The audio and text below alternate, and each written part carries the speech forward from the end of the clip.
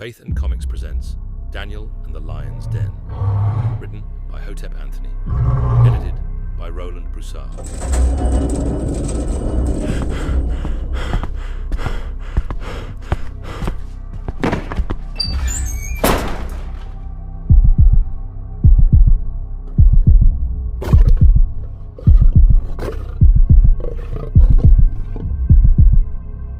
The lion's breath hit my face like a furnace blast, thick with the stench of decay. Their mouths hung open just inches from me, strings of saliva clinging to blood-stained fangs.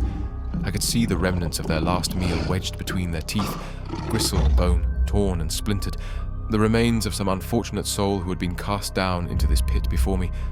Was this how it ended?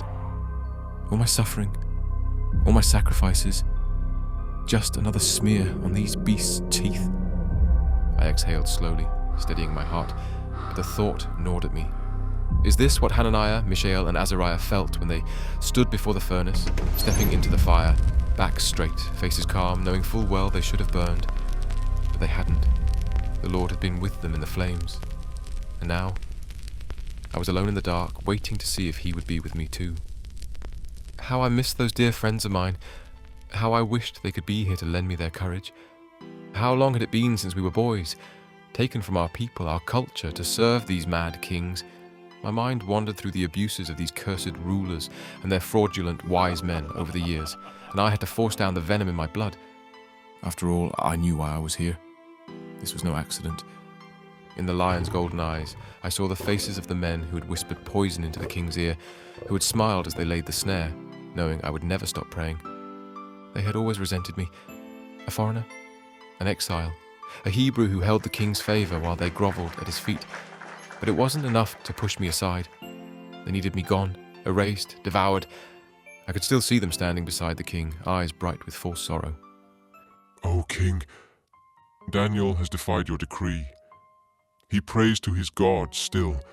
What shall be done? They must have laughed when I was sentenced.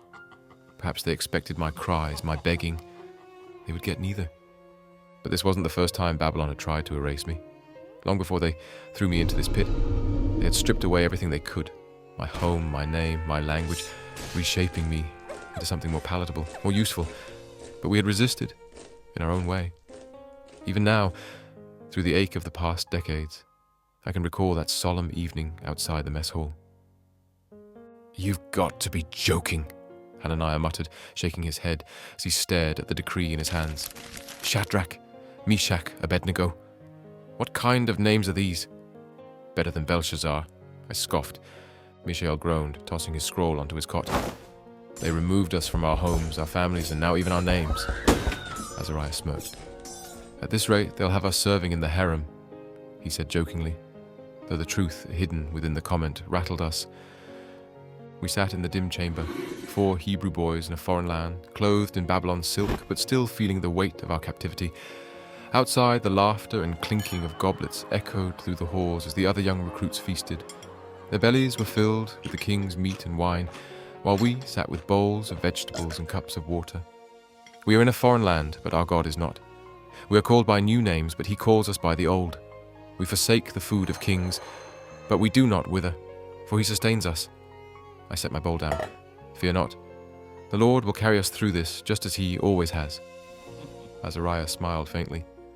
"Like he always has," he said in agreement. We sat in silence for a moment, the laughter of our captors ringing outside, but inside we had already made our stand. The memory lingered, settling deep in my chest. That night, we had each other. Now I stood alone. Or did I? The lions shifted, 7 massive forms slinking through the shadows, their golden eyes fixed on me. They didn't pounce, didn't snarl, they only watched. Their paws pressed against the dust, claws half extended, testing, waiting. My heart no longer raced. My hands no longer trembled.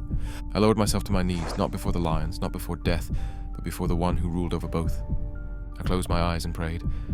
Not the quiet, meditative prayers of the past, not the whispered thanks before sleep. This was desperate, raw and unrestrained, a plea wrenched from the depths of my soul. My fingers pressed into the dirt, trembling as I clenched the stone beneath me. The ground was cold, unyielding, slick with moisture. Whether from the damp air or the sweat beading on my palms, I couldn't tell. I bowed low, forehead nearly touching the ground, as if pressing myself into the dust might anchor me, might keep me from shaking apart under the weight of what came next. The lions shifted in the darkness. A paw scraped against the stone, claws flexing, the rasp of keratin on rock sending a shiver through my spine. A deep, guttural breath stirred the air, thick with the coppery stench of old blood, of meat long since torn from the bone. I sucked in a breath, but my chest was tight, my ribs constricting as if unseen hands gripped them. "Lord," I whispered, my throat dry, voice breaking. "God of Abraham, of Isaac, of Jacob, hear me." Another growl rumbled from behind me. A breath, closer now, hot and damp against the back of my neck. My muscles tensed, every instinct screaming at me to move, to turn, to run. But I didn't. I couldn't.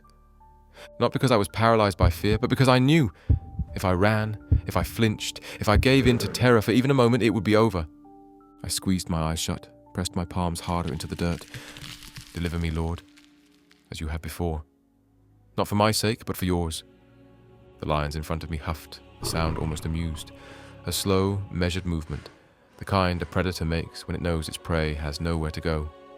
And then, a pause, the grinding of stone, a flood of light, a voice shaking with hope. "Daniel, servant of the living God, has your God delivered you?" I opened my eyes, and the lions had not moved. I rose, stepping forward into the sunlight. The lions remained in the shadows, their golden eyes following but making no move to stop me. I met the king's gaze and bowed my head. "My God sent his angel and shut the lions' mouths. They have not harmed me." The king let out a breath I hadn't realized he was holding. His face shone with awe. "The living God," he murmured. "The God who saves." I felt the tension in my body release. Relief washed over me. But then, I saw them. The men who had set this trap for me. Their faces were pale, their wrists bound, their families behind them, wives clutching their children as the guards pulled them toward the pit.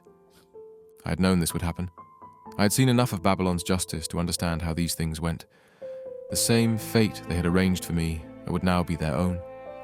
The lions, so still in my presence, began to stir. The king turned to his guards. "Throw them in," he said, without the slightest thread of empathy. I heard the first screams before the stone had even finished rolling away. I did not turn. I did not flinch.